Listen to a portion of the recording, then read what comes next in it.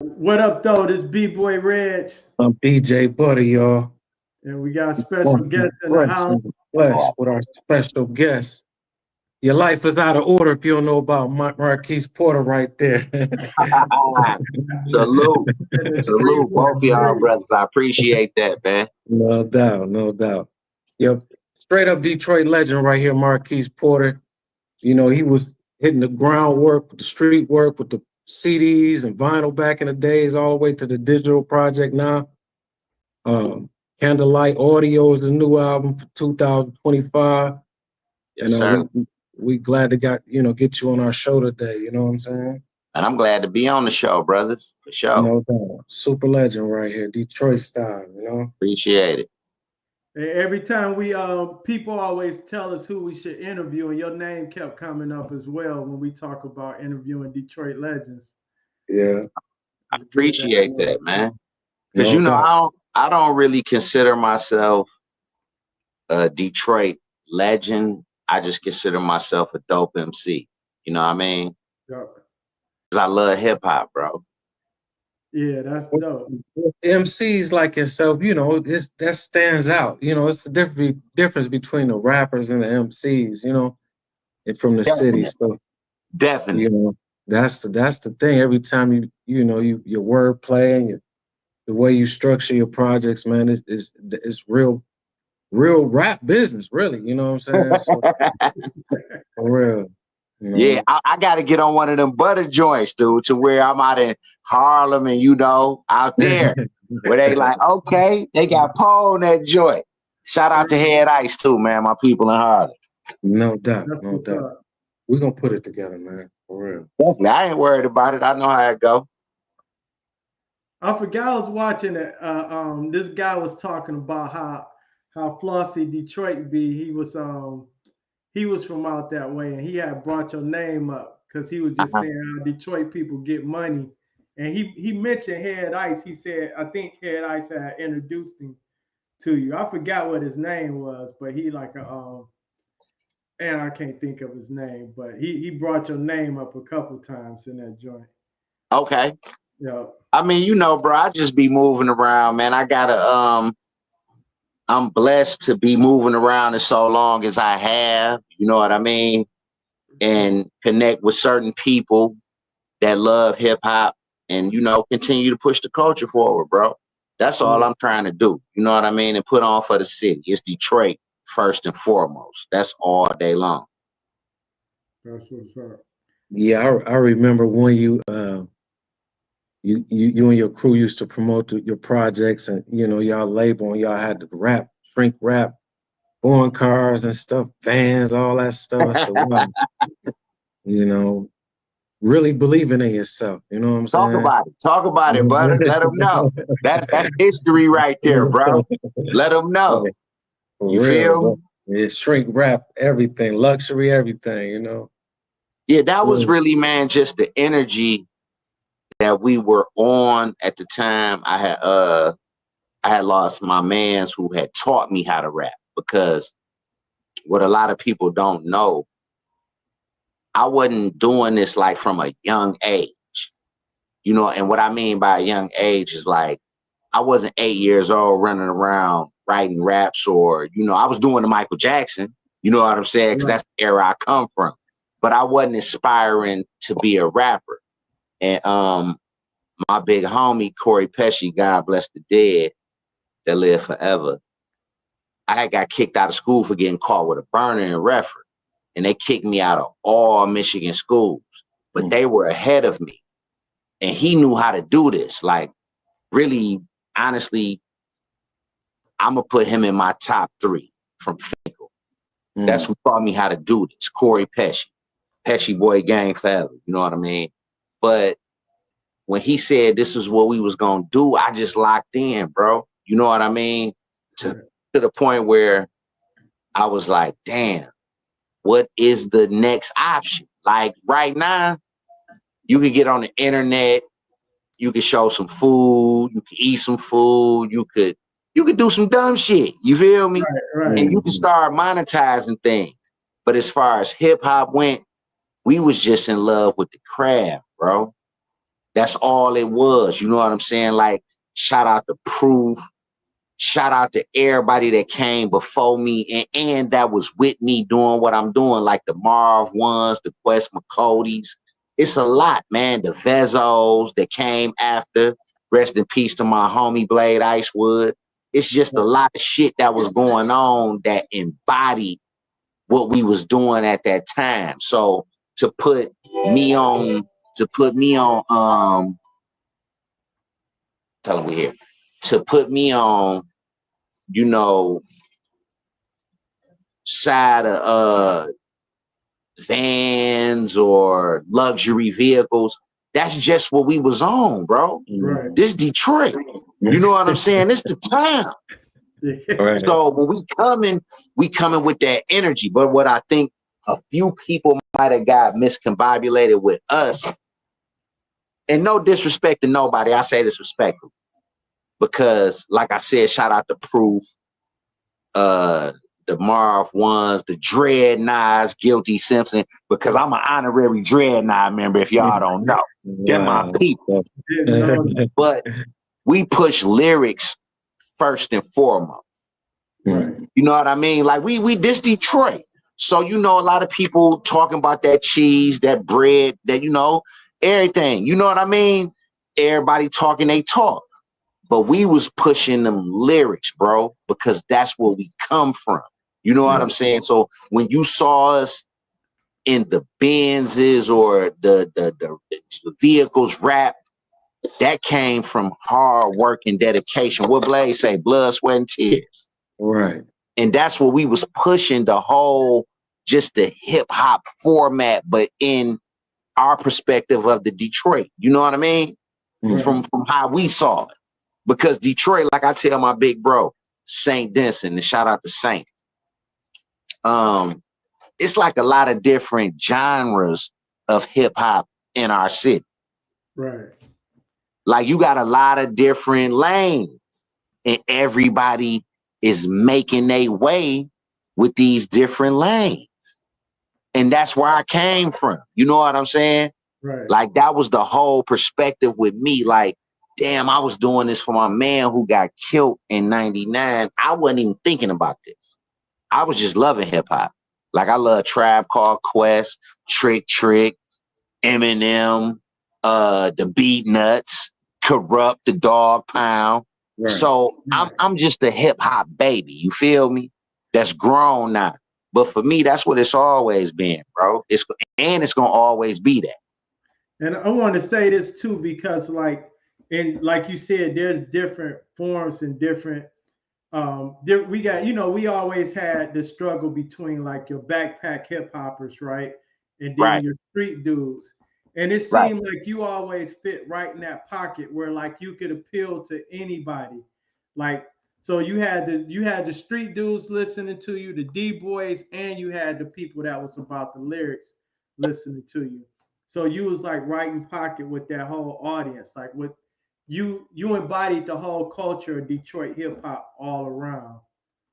And I appreciate that, bro. And like I said prior to, for us, it's just about the music.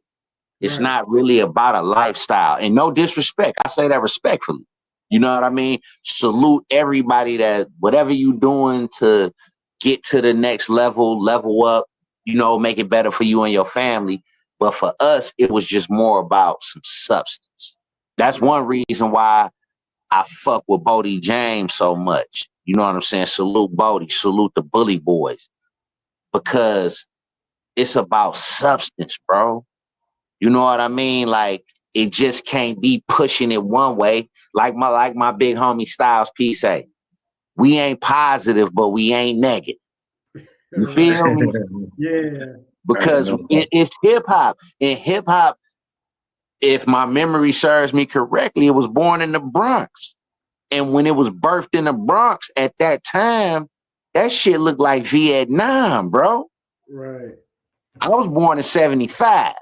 So just imagine Kool Herc and whoever else is around him doing what they doing and creating that. It's from the street. Right. You know what I'm saying? But the one thing for us, like I said before, we always push that creative perspective, them lyrics. And it's always gonna be from the town though, because that's what we repping. You feel me? But I think your approach to the game, it was like to see a MC eating and doing what he would do with his lifestyle. You know, outside of just a rapper or trapper rapping about that, but seeing somebody that care about bars and the lifestyle and look good presenting it. I think that's where Dilla had his lane at. Where Man, salute. Salute. I'm glad you brought Dilla up. You right though, brother. You know what? It just to see that, and then you go to the record store and you see your CD on the shelf and the vinyl there. It's like, it's like my man, he care about lyrics, and it's a lot of MCs out there that hustle too. But just bottling up. You know what I'm saying? Yeah, definitely. And that's I think that's where Griselda kind of came in at. The same. They want to see. Rakim brought that. He brought a message and a lifestyle. You know what I'm saying? Yeah, I agree totally. I agree 100%. That's the beauty of it. You can sneak your message in with the trinkets and you know what I'm saying, and the materialism a little bit. Like I think I heard Buster say that, but he was like, it's gonna always be medicine in the food. Mm. You know what I mean? It's gonna always be medicine in the food. Squall. And that's 100% like, what was my man name? And I know it, Low Lewis. Yeah. Before I ever wrote a bar, I remember when they would play records on the radio in Detroit from, MCs that was grinding. You know what I'm saying? It might have been early 90s. I know it wasn't late 80s because Low Lewis wasn't doing it as far as radio play. Not then. I ain't talking about craft wise. But when I heard him on the radio, bro, it was around the same time that Pesci told me we could do this. And like I just told y'all, I told bro, like, man, fuck that. I just got kicked out of school, bro. My mama on my ass. My daddy tripping. You know what I'm saying? He ain't even in the household, but he bugging too.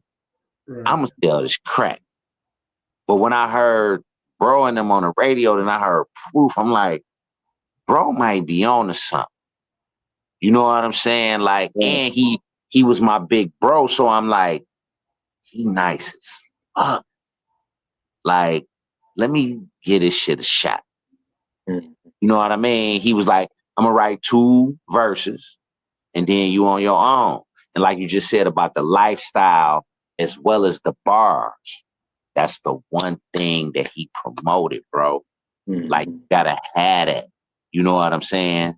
You gotta have it. And like when I see people in the street and they be like, oh, what you doing? Majority of the time I be like living, bro. And I'm still writing. You know what I'm saying? Because like we say, it's a lifestyle at the same time. It's hip hop though. Sure.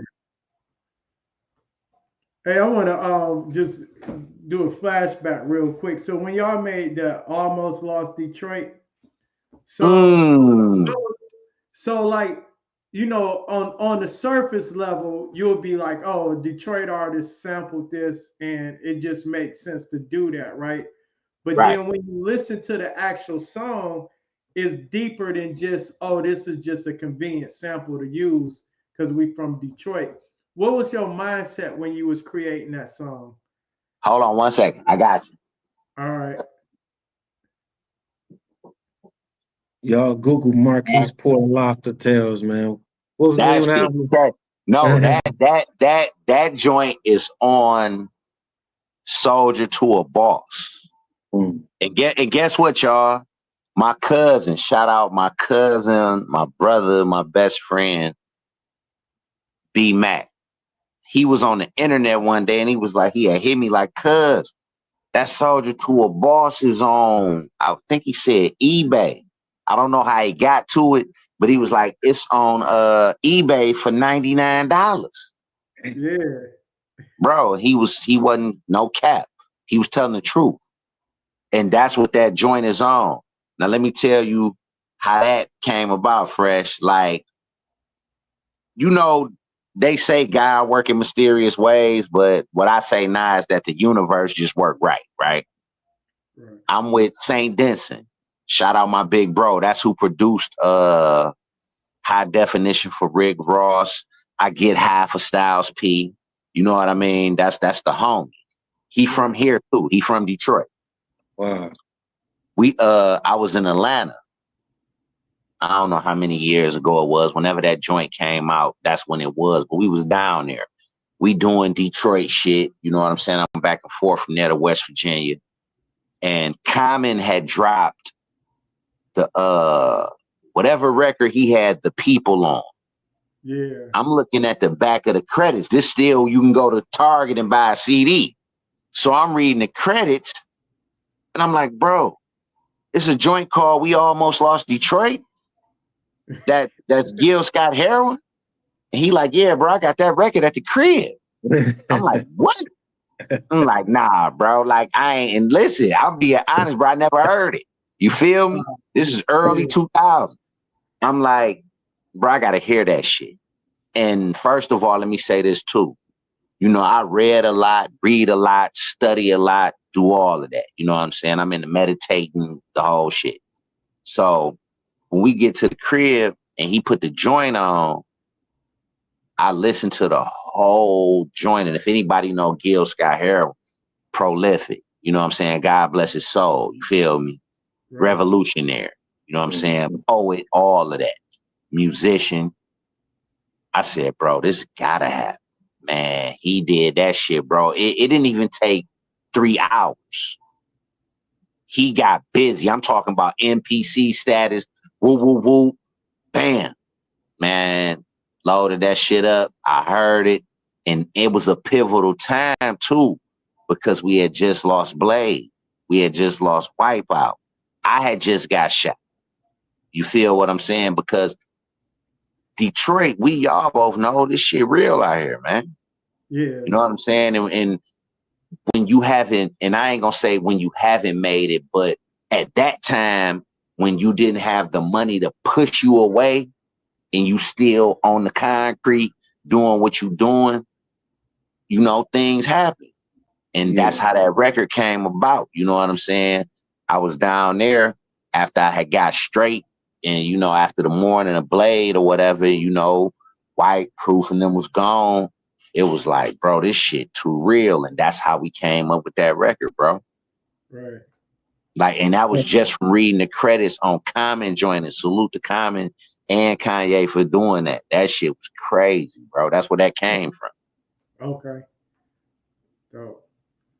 That was they were using a lot of like the Last Poet stuff, you know. Yep. Yeah. I remember that time, man. I don't know if you remember my man Gil from 12th Street, Stand Up Entertainment. Man, rest in peace. Salute. In peace. Shout out Turf, 12th Street. They're my peoples, bro. Yeah, we was together when we was riding together. He was like, man, Marquise got shot. We were so sad, bro. I think he was going to come see you. Wanted to come see you, you know, but I'm glad you're good. I never, you know, talked to you about that. Man, you know, salute. But and hey, let me say this while we on here too. But I gotta get your number. I gotta get both of y'all number. You feel me?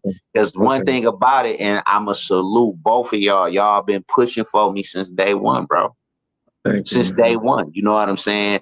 And I've been around, but sometimes I don't be around. You know what I mean? Right. And it's some things that now of how the culture is going that I need to learn, and I need G's like y'all in my corner, which I know y'all are, period. But on certain situations, you feel me? But Gibbs, that's my man's, bro. Like I say, shout out Turf, 12th Street, Baby Money, all them, man. That's family over there, bro. DC, what up, though? Yeah. That's family over there. Shout out DC. Yeah, you well invested, man. So, you know, we got to give you that respect, man. You put a lot into the, you know, into the craft, into the game, you know what I'm saying? And entrepreneurship. So, you know, we got to detail that, you know what I'm saying? Man, appreciate it, bro. No doubt. Shout out Ghetto Mozart, too. That's my big brother. He just was here That's my baby. That's who actually got me into this, as far as industry wise. Mm. Hey, And shout out Big Low. You mentioned Atlanta, so you was working with Left Eye for a minute, or Yes, you sir. returned? Okay, tell us a little bit about that, because I don't think a lot of people really know what that relationship was like and how y'all connected. Well, how that came about, like I just say, shout out to Ghetto Mozart, who was part of what was the name of him and Slick group? I'm sure Butter know the name of their group, man. Damn, but they got on with MC Breed. They made the song 7 Years of Bullshit. Rest in peace to MC Breed, man. That's another, big homie that gave me a lot of pointers, coming into this that the youngins probably don't know about. We gonna keep them ancestors going though. The Left Eye situation came about because, like I say, big man, Ghetto Mozart, he knew Andre Rison, right? And he was producing music. He decided to move to Atlanta. So I rode with him and my big bro Rock, shout out Rock, 6 Mile HDs. We took him to Atlanta so he can go down there and start doing what he needed to do, right? Before he did that, excuse me, I'm rolling up this pressure. Before he did that, I had rapped for him with my brother Corey before he passed away. He was like, I like Corey, but I really like Marquise though. At that time, my name was Sneak Dillon. Corey named me that too. So me and Rock take Big Man to Atlanta to go down there, start, getting his shit on. I'm not serious on it like that. I'm young. I'm young. Barely writing 16s. You know what I'm saying? And then when I do try to write a 16, it's a 32 or a 48. So long story short, we started to get some songs together. We started creating. Shit started getting dope.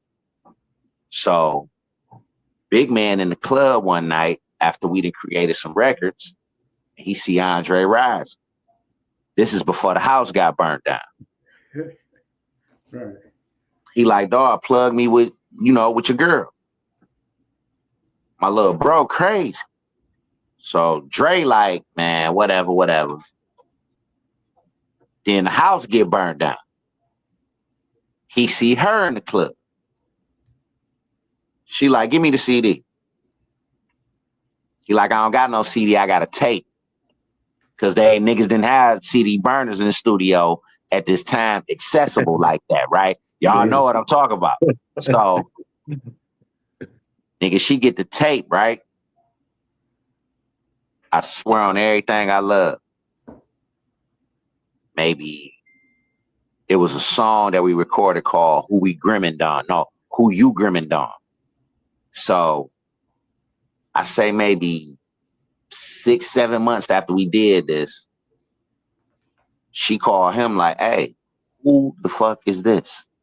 And what does he look like?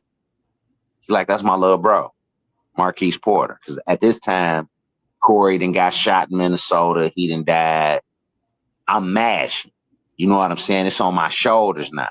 Right. So the music is coming across aggressive, bars, hooks, but I'm strictly doing it for the street. You know what I mean? Like, I ain't trying to make no club records, none of that. She hear that shit. And bro, I ain't gonna lie, bro, try to stall her out. Because like I say, this is like 99, 2000, 2001 maybe. He trying to get that check, right? You know what I'm saying? So, but they going through they shit. They in the process of making scrubs. So she tell me, Marquise, just fuck with me. I got you. I love what I'm hearing. And Andre thinks the world of it. I'm like, all right, bet. Say less, right? I ain't say less, but that wasn't shit then. But I said, all right, I'm with you. Boom. Fast forward. Told y'all the house done burnt down. They ain't fucking with each other no more. but he saw her and gave her the tape. She done called him. She like, I need to meet him. He like, no, what's up with the money? He ain't even telling me that he didn't talk to her yet, right? Right. So she's stalling him out. Like, oh, I can't talk to him? We ain't talking about no money then. So he get me on the phone. He like, bro, at this time I'm hustling and I'm working at some shit that my mama work at called PPOM in the mailroom. She like, look, if you want this shit to work, I need to talk to him. He give me the number. No, he give her the number. She called. I'm at my mama crib. House phone. I got a cell phone, but this like some bullshit though. I think I might have had a burnout that I damn near can only call out on. I can't get no calls. So when she called, nigga, I'm hyped. The scrub shit then came out. I tell my mama and my little sister, like, look, this her on the phone. They like, get the fuck out of here. I'm like, this her. Nigga, I put her on speakerphone. She said, hey, mom. Hey, little sis. Woo woo.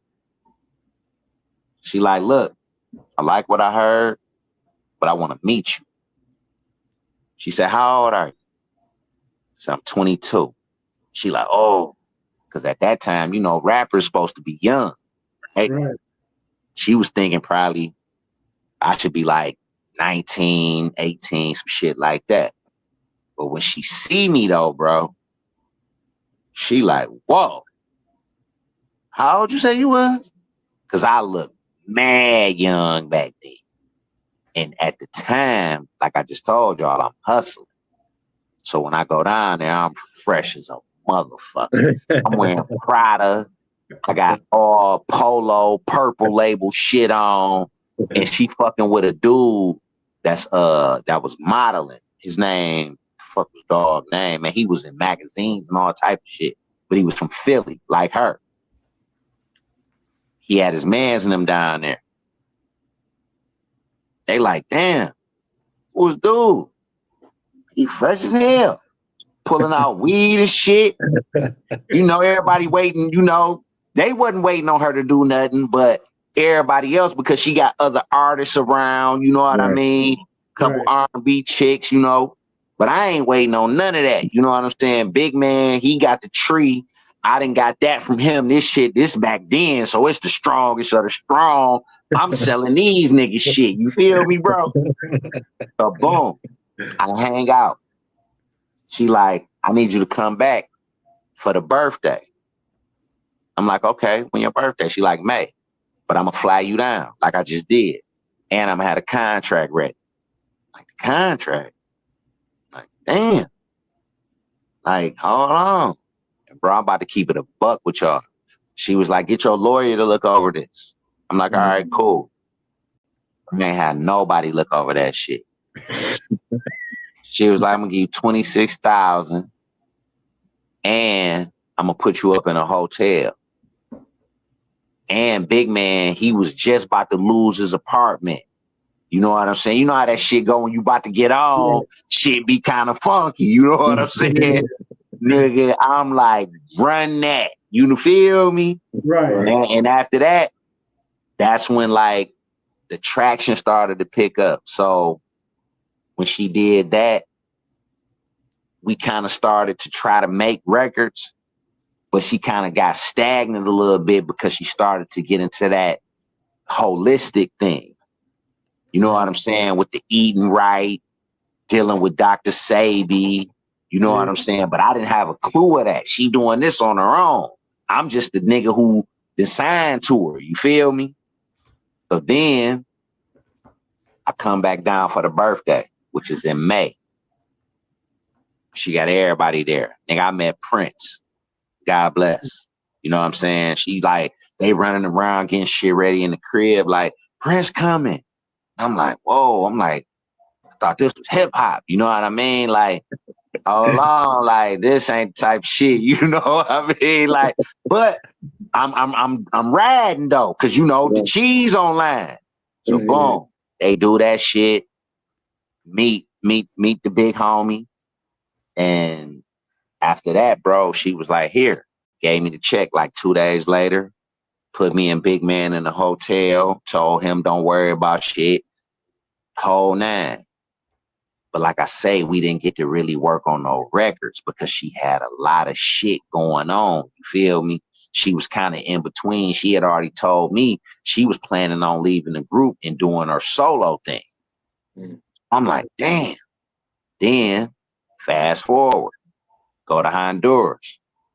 She want a nigga to eat grass and, you know, lettuce and fish eggs and shit like that, right? And I'm like, this kind of like a culture shock, bro. Right. I ain't really, you know, like, what we doing? I came to make hardcore hip hop. I'm from Linwood and Kendall Street. So she like, okay, hold on. This we'll do. Because I was over there with Jamal from Illegal. Oh, okay. Oh, And then she had a group called Egypt that was an R&B group over there as well. So I'm bugging, bro. I'm like, nah, I'd rather get back to Linwood, do what I do, right? Come back. She sent me back to the crib. Keep the money. She told me, keep the bread. Don't even worry about it. I'll call you when I get back. Get back. I'm doing regular shit. You know, Detroit shit. Still fucking around. But like, damn, though. She come home. I see on 106 in Park. She was Suge Knight. I get on a jack. I call Stephanie, which was her assistant. Boom. She give her the phone. No, she don't give her the phone. She tell her to call me. She called me like 3 days later. What you want to do? Like, shit, I'm trying to see what Big Homie talking about. That's Suge Knight. You feel me? Right. Instantly, bro, get me on the plane. Go out there. She like, I'm with her and homegirl from Black. That's Corrupt's baby mama that passed away. God bless her soul. Right. She tell me, I think I'm going back to Honduras. But I'm about to, you know, you plug with Dog. You got a meeting with him tomorrow. Everything. That's the last day I seen her too, bro. To be honest, I ain't never told nobody this, like in an interview or none of that. That's the last time I seen her. We go to Roscoe's Chicken. The next morning, I'm at Death Row Records. Mark Buchanan on, Mark All-Star jersey, Jordan Breads, in here with Mob Pyru niggas, bro. Straight gangsters. I'm sitting in the lobby for like 8 hours. 8 hours. They finally come and get me. Bro, you can come up now. Crooked I was there. I met him too. Come up. It's Suge and one of his assistants. He say, spit something for me. I spit like probably 2 verses worth of some shit. He like, bro, I fuck with you. He talked to me about my sister, about Lisa. I said, okay, whatever. He said, bro, I would sign you, but they about to lock me back up again. And that's when he went to jail second time before he got locked up for what he's in jail for now. Wow. And that was it, bro. And then I would say 2 years after that, that's when the car crash happened for her in Honduras. Wow. And that's the story on that, Fresh. Damn. She had a funeral, or was you able to make it down there? Nah, I ain't go to none of that, bro. I ain't want to see that, man, because I had already been through so much pain. Like, I was starting to look at this rap shit like, fuck it. Because, like I say, my brother Corey Maddox, which is Corey Pesci, you know what I'm saying? He had got killed in Minnesota. I wasn't even trying to do this, bro. And I went so hard from 95 to meet her in 2000 through Big Man, to meet Big Man through my bro Rock in 98, 99, and just make that happen. And then he get killed. Then she died in a car crash. I'm like, man, you know what? I'm straight, bro. I was popular in high school. I was popular in middle school, bro. Like, I didn't have a bold childhood to where I needed to prove anything. You know what I'm saying? Right. Niggas been getting money. You know what I mean? Shit be up, shit be down. But I'm straight. I didn't need to do that shit for popularity. It was strictly for the music with me, bro. Period. Right. Man, talk about your releases, Marquise. So the albums you put out, the vinyl you put out. I know you put 313 was Oh, making a lot of noise out there. shout out Produced to by DJ Low. DJ Lowe's. Shout out Lowe's. Talk about your run with the vinyl and the front and the record stores consignment. Putting shit on consignment and put CDs in stores at that Yeah, time. Man. it was real then. That's when it was just like, street shit. You get somebody something and you hope when you come back, you get your bread. You know what I'm saying? We started off with Chantanique, Salute, Kendricks. What's the joint, man? My brother, Salute, my brother McNichol. Is that Kendricks that was on Finkel? Yeah, Kendrick's Now, record. what was the other one that was on Finkel and Hubble right next to Cooley? Justice. We was Yeah. putting shit up in all of them joints, but really, we was mostly out the trunk though, bro. Because that money, it was like they was telling us this what was it called? Scantron or some shit like that. You get the Yeah, scans sound scan. and try to get the BDS or whatever that shit was. And niggas was like, we need that money, bro. We done pressed up these CDs. You know what I'm saying? Like, I'm leaving some in Chantanique's and you telling your people to go buy it, but you really waiting on that money. So we was really more physically out the trunk and hand to hand. What we would do, we would press up CD singles once the CD burners got available to buy. We went and bought those. Shout out to Sirhan, my baby knows. We went and bought those, and then we started pressing up singles. Get the singles out at the high schools, and then put like 25, 50 CDs in the stores. Got that from Esham and them. You know what I'm saying? Salute. Put them in there, and then we was out the trunk. Because while we in the street, say I'm at All Stars, or I'm at City Heat, or I'm at a picnic, somebody might ask me, hold on, brothers. Somebody might ask me for 5 CDs. You know what I'm saying? And I'm charging them $20. They might give me $200 for those. You see what I'm, because that's how the love was. Like, bro, keep doing your shit. You know what I'm saying? I might be at a reference senior pic, not a senior picnic, but the reunion picnic joints. Bro, here. And that's when we were still younger too. So they like, keep doing your shit. And like I say, it was all hand-to-hand combat basically. But the releases, the first one was the book Donald didn't finish. I did that with Quit Playing. Right. That was majority produced by Ghetto Mozart, Big Man. If my mind served me correctly, he produced that whole shit. Yeah, I think he did. And that was like a big up to Donald Goines.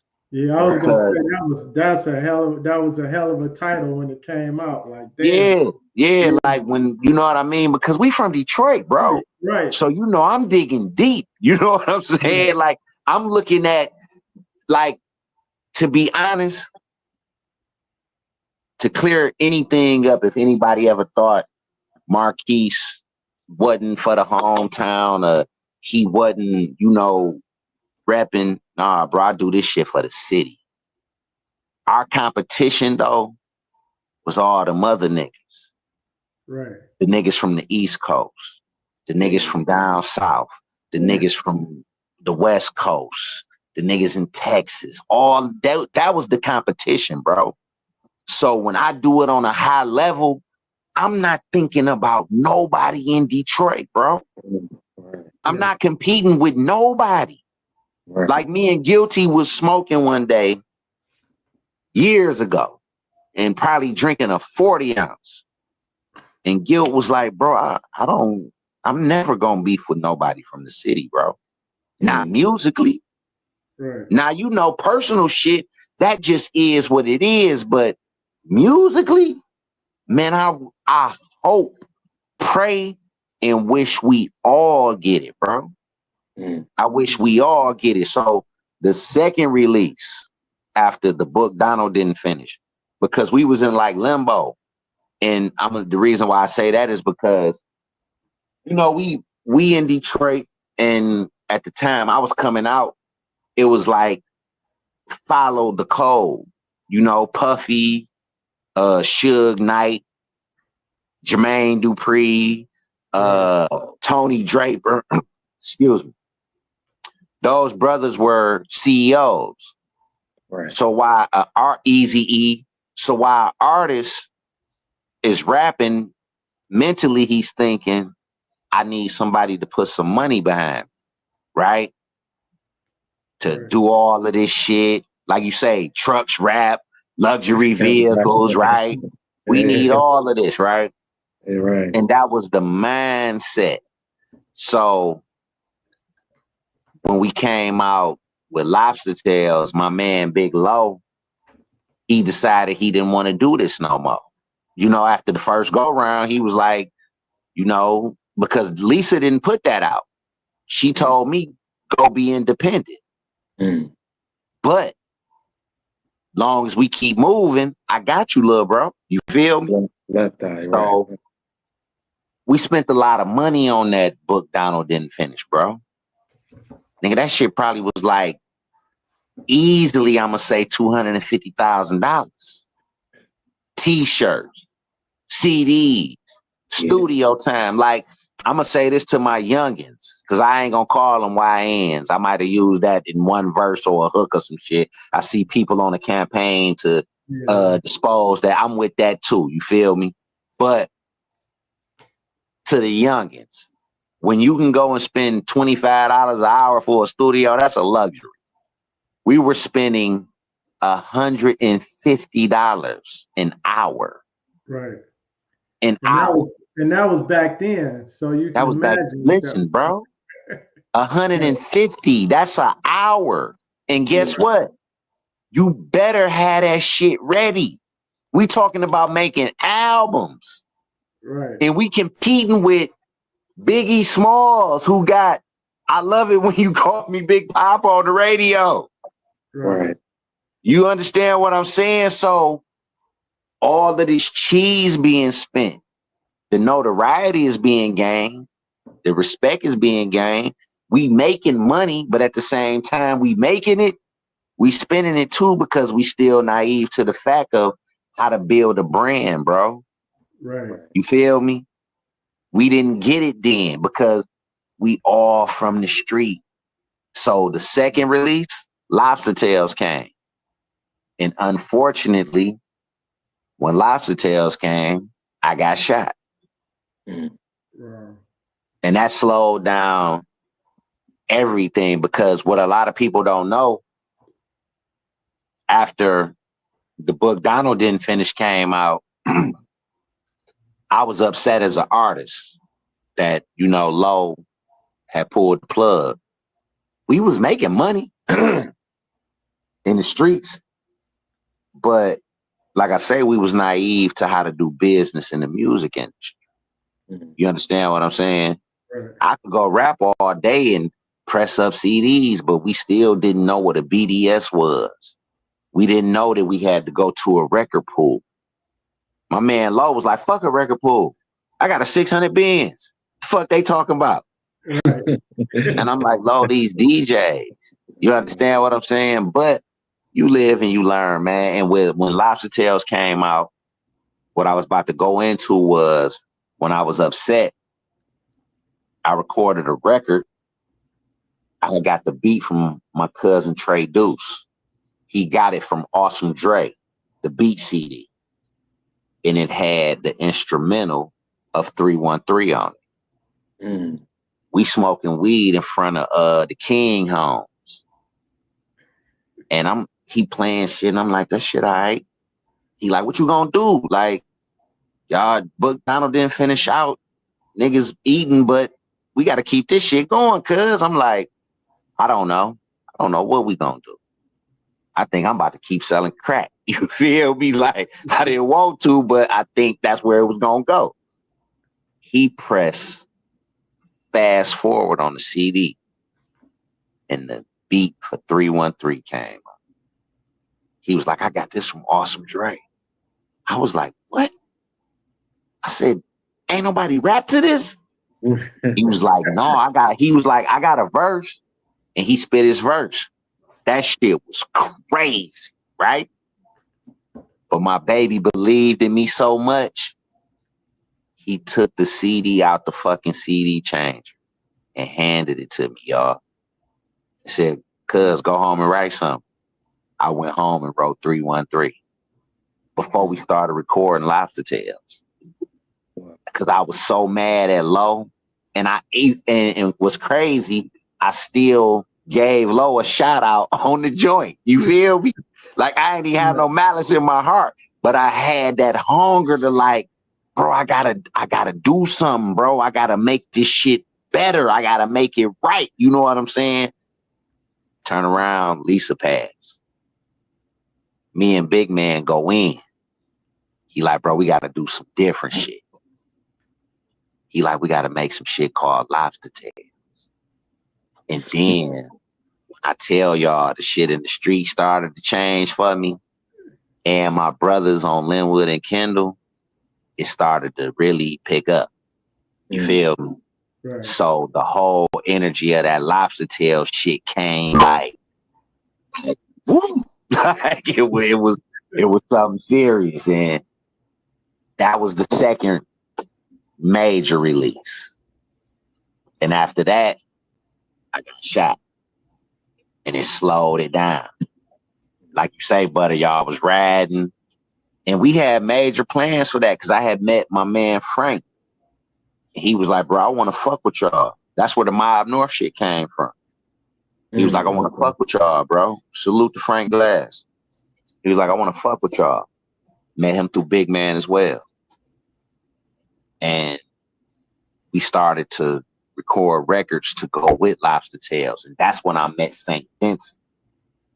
He was fresh off the Get High release. That shit was, doing numbers.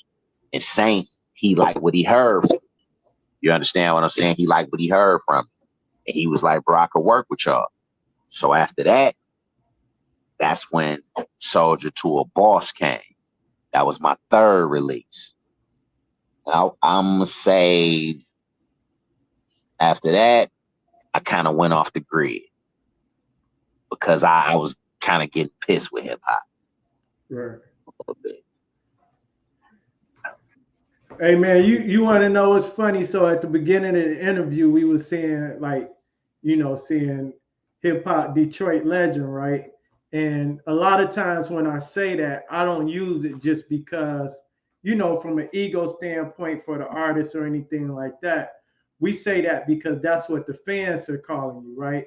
So right. Yeah, you interviewing legends. Well, what about this person? So certain names come up, but man, it seemed like you connected to damn near everybody in Detroit hip hop. Because every time you tell a story, is whether you mention Esham, Awesome Dre, Proof, Blaine, or whatever, like and all the street dudes. So it's like you well connected, and that in itself is legendary.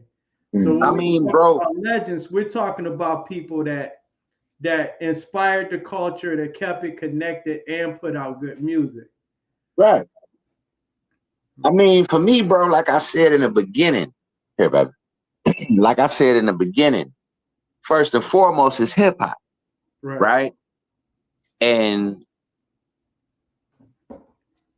to be whatever y'all saying I am, you got to be able to be accessible. You know what I mean? Like the people got to be able to touch you. You understand what I'm saying? Like, it can't be a facade, bro. This shit ain't made up. You know what I mean? Like, I understand when niggas think they stars, but like Dougie Fresh say, the only stars I know is in the sky. You understand what I'm saying? Yeah, we hip-hop giants. We superheroes. We lyrical juggernauts, whatever the case may be, whatever you want to label yourself. But for me to be able to know Hex Murder, for me to be able to do a record with Jack Frost, or to get saluted by Detroit's Most Wanted, or to be able to trade bars with Stretch Money. You understand what I'm saying? Or for Peasy to say when I see him in the street, bro, you a legend. And for GT, when I talk to him in the DM, bro, you Mr. Miyagi. That all come from just being me. Right. Cause when niggas turn their nose up, bro, that shit'll get turned down quick. You understand what I'm saying? The streets is real. Right. It's a real world outside. Don't get caught up in whatever you may think you are. Yeah, I'm Marquise Porter, but a lot of people know me as Michael Hendricks, Love Mike, whatever you want. You know what I'm saying?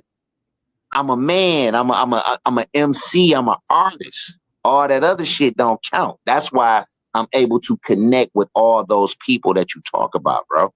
Right. So, Man, speaking of the streets, man, talk about your history with the street lords.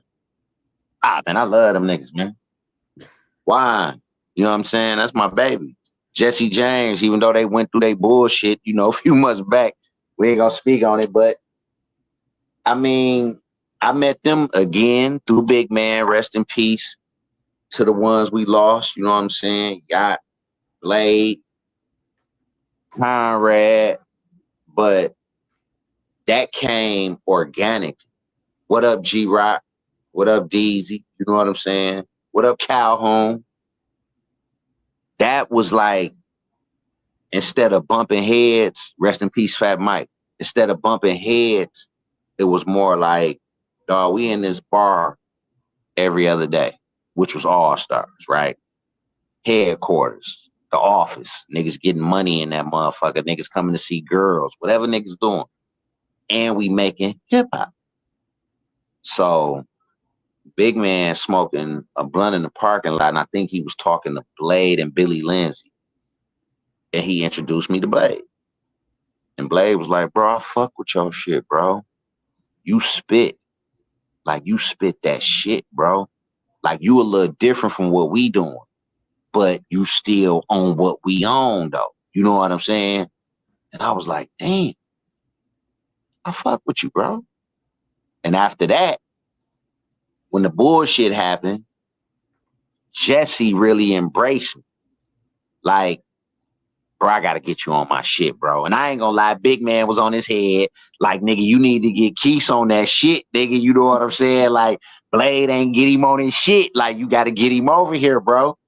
And that's when we made, and it was in the height of the beef, bro. Whatever they was going through, but whatever they was doing, he was like, come record this shit, bro. He played that cold as ice beat for me.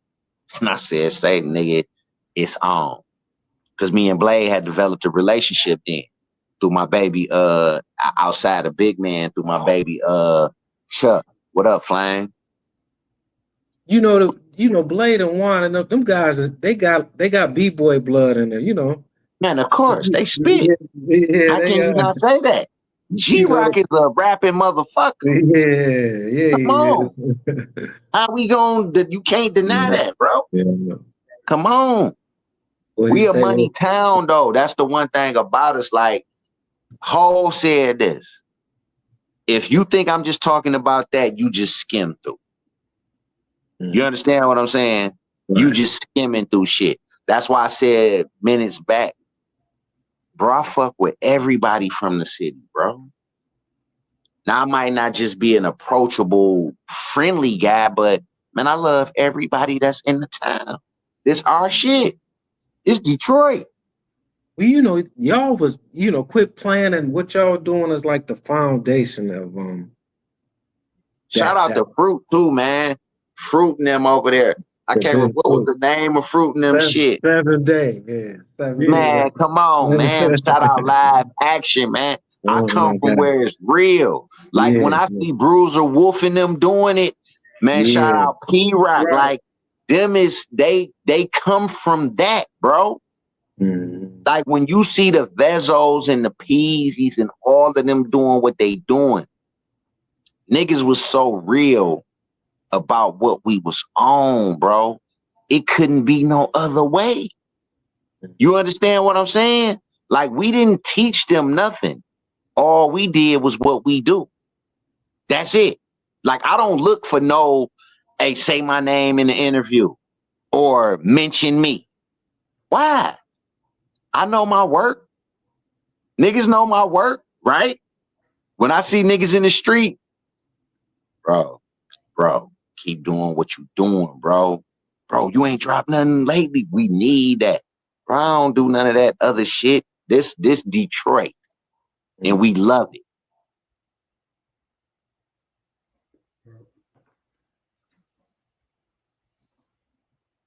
Hey, we'll talk about man, what Marquise, where you have Gully TV at? I know he said you was one of his first interviews. Shout out Gully, man. Me and Gully got something brewing sometime soon too. That's coming ASAP. Y'all gonna see that in the next couple of months. Gully, where did we take Gully to when he first came? I took him on Linwood, you know, to the soil. I took him on Linwood and Kendall. Shout out Mario Butterfield too. We both from the same street. Yeah, that's family right there. We was on Linwood and Kendall, and like I said earlier, Head Ice introduced me. You feel me?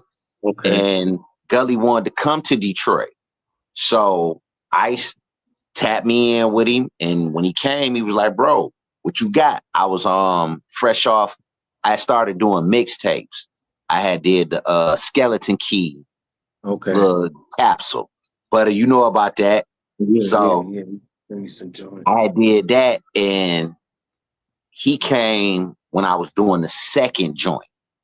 So I had a joint called Clay Davis from you know, that was the Wire era. We watching the Wire heavy. So me and Uncle Paulie, shout out Paul, we had did that joint called Clay Davis, and Gully was like, "Shit, let's film this."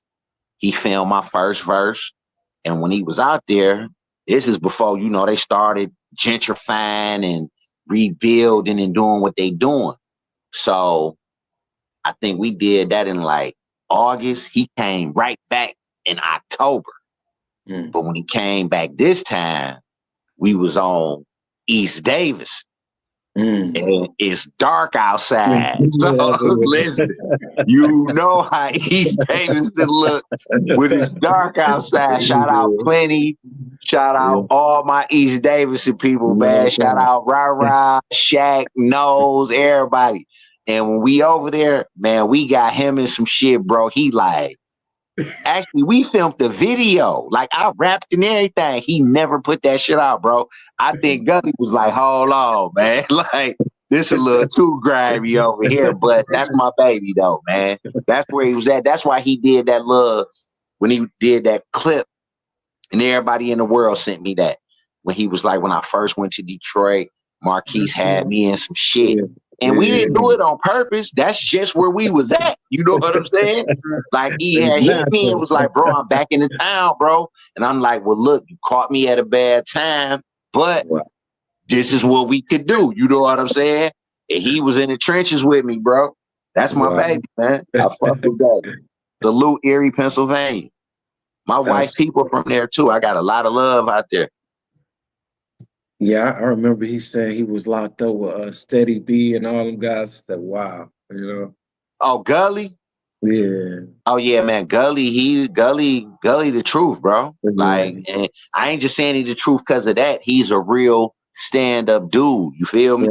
Right. Real guy. Man, talk Marquise, I wanted to ask you, in one of the records you talked about selling Gan to Biggie, man.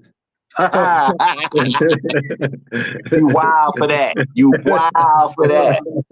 I see you do your journal, your hip hop journalism. Peace, beloved. Damn, man. That's crazy, bro. Shout out Uncle Pat, man. He had a company called Commotion Entertainment, right? And they had brought Naughty by Nature and Biggie to Shane Park. Oh, okay. So you know how long ago this was, right? Yeah. But I'm outside. When I say outside, we outside, bro. Like young. And my uncle called me and say, "I got Biggie coming. You can come to the show, but just you and one of your homeboys. I'm not about to let all y'all motherfuckers come to this shit." And he was dating my auntie. He actually ended up having 2 kids by her. And when he said he needed some weed, I'm like, shit, what you talking about, huh? You know, Reggie's was on the floor, plentiful, but he like, I need that shit. So I'm like, oh, you want that Ambry? He like, yeah, shout out, salute, they know. I said, that shit 600 a zip, huh? And it was. I didn't even put nothing on it, bro. No taxing or nothing. This is the time I come from. He said, get me one. I say, bet. Now, this was about to fuck y'all up. I don't know if Big did this on purpose. We rapping at the time, right? But our shit ain't together. Like, we all over the place. We don't know what the fuck we doing. We not nice. We don't got no camaraderie. But we think we the best shit in the world, right? So we scared to give a demo tape up. So me, Rob, and Paulie say, fuck it. We gonna write a note. And we had, you know, the stickies. We found a pink sticky.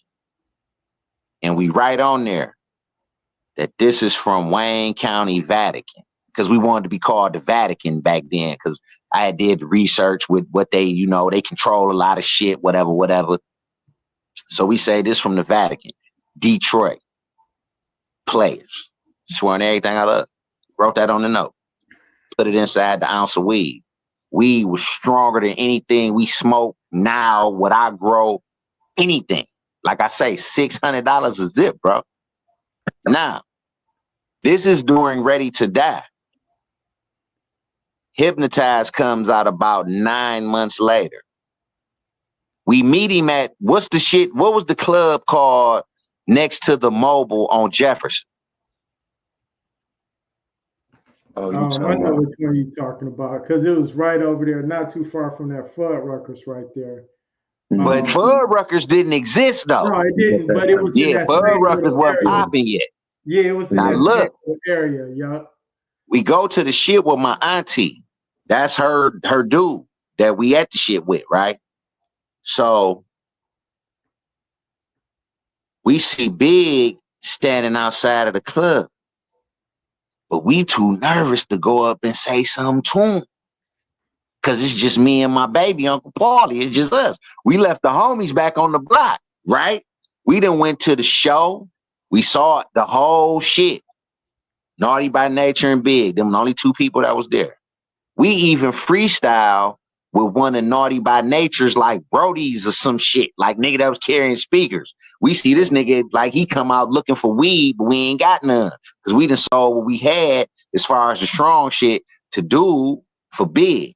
We got a couple blunts on us. We ain't giving nobody shit. Nigga, we too nervous to even go over to Big while he's standing outside in front of the club. We leave. Hypnotized come out 9 months later, like I was saying. And he say, Pink Gators, my Detroit players. Now, you know, we young, we caught up. We like, dog, it was on the pink note. Like, but of course they got Pink Gators, niggas wearing that shit the whole 9, bro. But we on our shit like, bro, he knew, bro, that ounce came from us. And like, you feel me? And that's how that went, bro. That's why I said that in the record. Like, that's true story, no cap, none of that shit. This ain't the, you know, That's really how that went. My uncle Pat'll tell you, like, yeah, for sure. That's what happened. Wow. That's hilarious. We lived a little bit, man, you know. We've been around. Hey, quit playing. Hey. Y'all wasn't no joke, for real. Man, we've been around. Hey, any last words for the rap culture, man? The young and the old, man. You put a lot of groundwork in the city, coast to coast. You know, part of the history books. You know, and talk about your new album, Candlelight Audio, as well. All right, we addressed the Candlelight Audio. That's a project that I got with my brother Sirhan, East Buffalo. He been with me since day one. He every step of the way, everything I done did, he done been there. When I got shot, he was there. So he does beats as well as his mans, which is my man's too, Russ. and they nice, you know what I'm saying? But we never made no music together. So, and me and Nose hadn't talked for a minute. And I went over there and he was like, bro, let's just do a tape, bro. And I'm like, damn. He played some beats. And I'm like, damn. Like, all right. Like I could fuck around. You feel me? So I told him, man, just email me like 30 joints, bro. Just email me 30 joints. And I 30, I want to say I recorded 28. And what came out for the first, that's Candlelight Audio Volume 1. We coming with 3. So what the world got now, that's what Nose decided to pick. Like I told him, just let me rap and you could pick whatever you want to do. You understand what I'm saying? And he was like, all right, bet. So really, that's just, man, where I'm at in life now, as far as rhyming, because I done told people this before. Like, I'm not the rapper or the MC that's coming to tell you to buy real estate. I'm not the rapper that's telling you to fuck a lot of hoes, whatever. I'm spitting, bro. You know what I'm saying? It's going to be a vibe with me. Like, whatever I'm feeling, even if I say some shit about what I just disregarded, but that's what I'm coming with. I ain't just stuck in no lane. These is bars. And that's what, you know, that's where I come from. So Candlelight Audio is bar heavy. It's really not, I want to say what you want to call it, like records, like where I got the club record. I got the record for the girls, or I got the record for the streets. No, all this shit street. And that's what Candlelight Audio is. We burying niggas, bro. As far as whack niggas, that's what it really boiled down to. You know what I'm saying? We marking everything on that. And let me say this too. I got another project out with me and my brother, St. Vincent, which is called 10 Toes. That came out last year, which we did the video. It Ain't Safe. That shit crazy. Like, people sleeping on that. Go check that out. That's on YouTube and Apple Music. And I really want to say Spotify and all that other shit. That shit crazy too. So check those joints out. And then secondly, as far as to the hip hop culture, the message I gotta push, man, is this. Be original. You understand? Be original. And think about this. They already taking award shows away.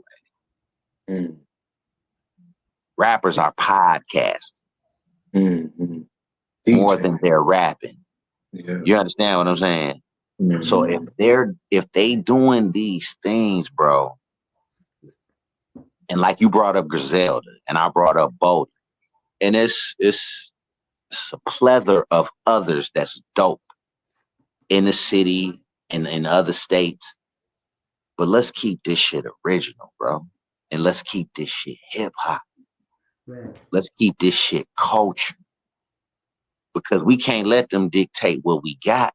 Right. This our shit. This shit come from the concrete, bro. This shit is survive everything. They love to have like tributes and rest in peace shows more than enjoying it. You understand? Like, fuck all that. Oh, let's celebrate the shit, bro. This is us. Right. Like, when I did that show, when Los called me out to spit my verse for 313, and I saw all those Detroit legends, bro, from Drunken Master and everybody that was bigging me up, bro, and I was saluting them. And I'm telling my wife, like, I was a kid listening to these brothers. You understand what I'm saying? Right. I'm a kid listening to them. And now I'm in their company and they feel the same way about me that I felt about them. Right. How could I have an ego, bro? Right. Why would I not want to push the culture forward? That's why I tell niggas this that come from the street. Don't let the street shit come into hip hop, bro. It's different. It's different, bro. You bring that shit in here, then we might be fighting an uphill battle. Right. Hip hop is sacred. Right. It's just sacred, Right. and I love it dearly. And that's what I gotta say. That's my piece, my message, you know, to the people, to the youngins. Keep it hip hop. So, Reg, you got something else to say? oh shit, he covered it. Hey, salute, man. I love Hey. y'all brothers, man. Love Shout you out too, Crooked man. Fingers, Lowlands, Linwood, Kendall Street, Black On and Ran, Heavy. Y'all know what it is. Linwood to 6 Mile.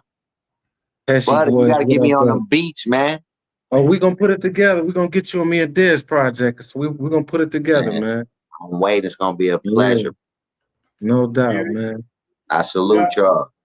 Man, there you have it, man. Important like water is my man Marquise Porter right there. Love y'all. Detroit, 100. 100. Thank you, man. 100. Appreciate y'all. Funky Peace. Fresh, we out.